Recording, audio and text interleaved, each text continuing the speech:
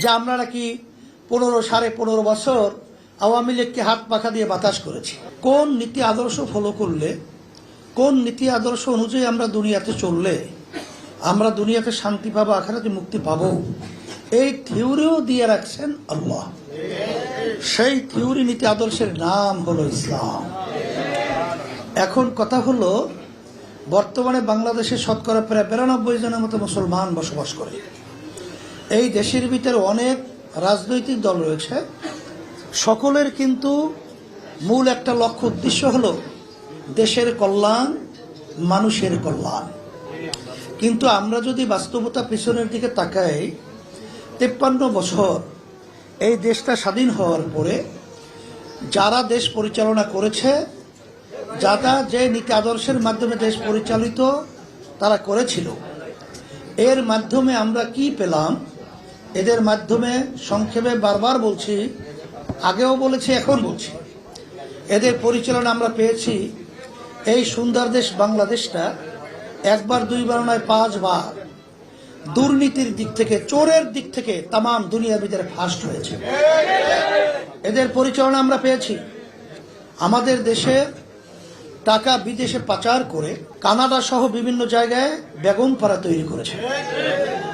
সদ্য ভূমিমন্ত্র ফ্যাসিস্টের আওয়ামী লীগ সরকারের সময় তার একার বাড়ির সন্ধান পাওয়া গেছে 3টা দেশের মধ্যে 620টার মতো বাড়ি। সেখানে দামের কথা উল্লেখ করা হয়েছে 5,700 এত কোটি টাকা।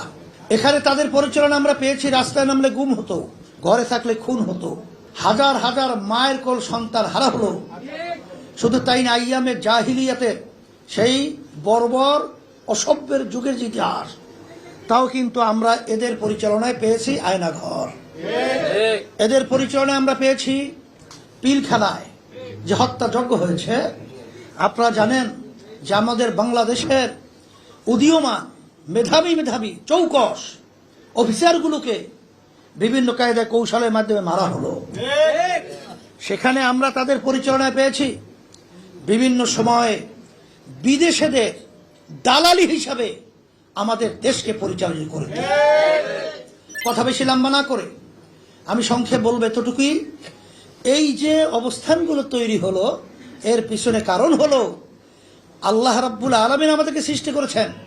সেই সৃষ্টি নীতি আদর্শ বাদ দিয়ে যখন মানব রচিত কুফরি তন্ত্রমন্ত্র আমাদের উপর চাপাইয়ে দেওয়া হলো, তখন এই ধরনের অশান্তি, এই ধরনের অরাজকতা, এই ধরনের অশ্লীলতা, এই ধরনের দেশকে ধ্বংসের বাস্তবতা আমরা লক্ষ্য করেছি। আপনারা দেখেছেন যে ওই নীতি আদর্শ যারা পালন করে, এরা দিনকে রাত্র বানায়, রাত্রকে দিন বানায়। এরা মিথ্যাকে অনেক অংশে সত্য বলে প্রচার করে। বারবার আপনারা দেখেছেন যে ইসলামী আন্দোলনের ব্যাপারে বর্তমানে তারা কিন্তু মিথ্যা বিভিন্ন অপপ্রচার চালায়, যে আমরা নাকি 15-15.5 বছর আওয়ামী লীগকে হাত পাখা দিয়ে বাতাস করেছি। এই দিনটাকে যেরকম রাত্র বানায়, যদি জিজ্ঞেস করা হয় এই কথা আমাদের কেন বলা হয়, আমরা তাদের সহযোগিতা কিভাবে করলাম, বলে আপনারা 14 সালে জাতীয় নির্বাচনে গেছেন না? তারা ভালো করেই তো জানে যে 14 সালে জাতীয় নির্বাচনে আমরা যাই নাই। তারপর তাদের ধারাবাহিক সব নেতারা এক ধারসে এই মিথ্যা কথাগুলো বলতেছে। তাহলে কেন বলে? দেখেন, দিনকে রাত্র বানায়। আর এদের মাধ্যমে যদি দেশ পরিচালিত হয়, তখন আপনি আর আমি ভালো কি পাবো? ওদের থেকে তিতাই পাওয়া যাবে, মিঠা কোনোদিন পাওয়া যাবে। আমরা বারবার বলেছি 14 সালে তো আমরা নির্বাচনে যাই নাই, জাতীয় নির্বাচনে তো আমরা যাই নাই। আপনারা কিভাবে বলে? তারপরেও জোর করে এই মিথ্যাটাকে আমাদের উপর চাপাই দেওয়ার অর্থ যে ওদের আচরণগুলো, ওদের নীতি আদর্শগুলো, ওদের চরিত্রটাই হলো মিথ্যা বলা। এরপরে আপনারা দেখেছেন যে ওরা বিভিন্ন সময় বিভিন্ন কথা বলে, কিন্তু বাস্তবে ওই টুনটুনা টুন শব্দ পড়েছি আমরা বইয়ের মধ্যে, যে ওই পাখির কিস্সা ছোটবেলায় পড়ছেন না? ওরা ক্ষমতায় যাওয়ার জন্য বিভিন্ন সময় কৌশল অবলম্বন করে আমাদেরকে সিঁড়ি হিসাবে ব্যবহার করেছে 53 বছরে।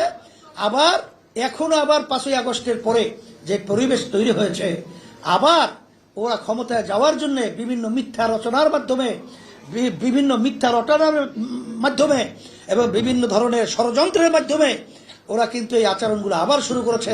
আমাদের সতর্ক থাকতে হবে। মেয়েদের সম্মান নষ্ট করছে মূলত ওরা হলো মেয়েদেরকে আসলে পণ্য হিসেবে ব্যবহার করে তাদেরকে সর্বক্ষেত্রে অপমানিত করেছে। কেন 5ই আগস্টের পরে 2024 ইসলামের পক্ষে যে একটা ক্ষেত্র তৈরি হয়েছে, এই ক্ষেত্র কিন্তু আগে পরে কখনোই ছিল না। এই ক্ষেত্রটা কিন্তু আমরা সবাই একত্রিত হয়ে এটাকে কাজে লাগিয়ে ইসলামের গাছটাকে মজবুত করতে হবে।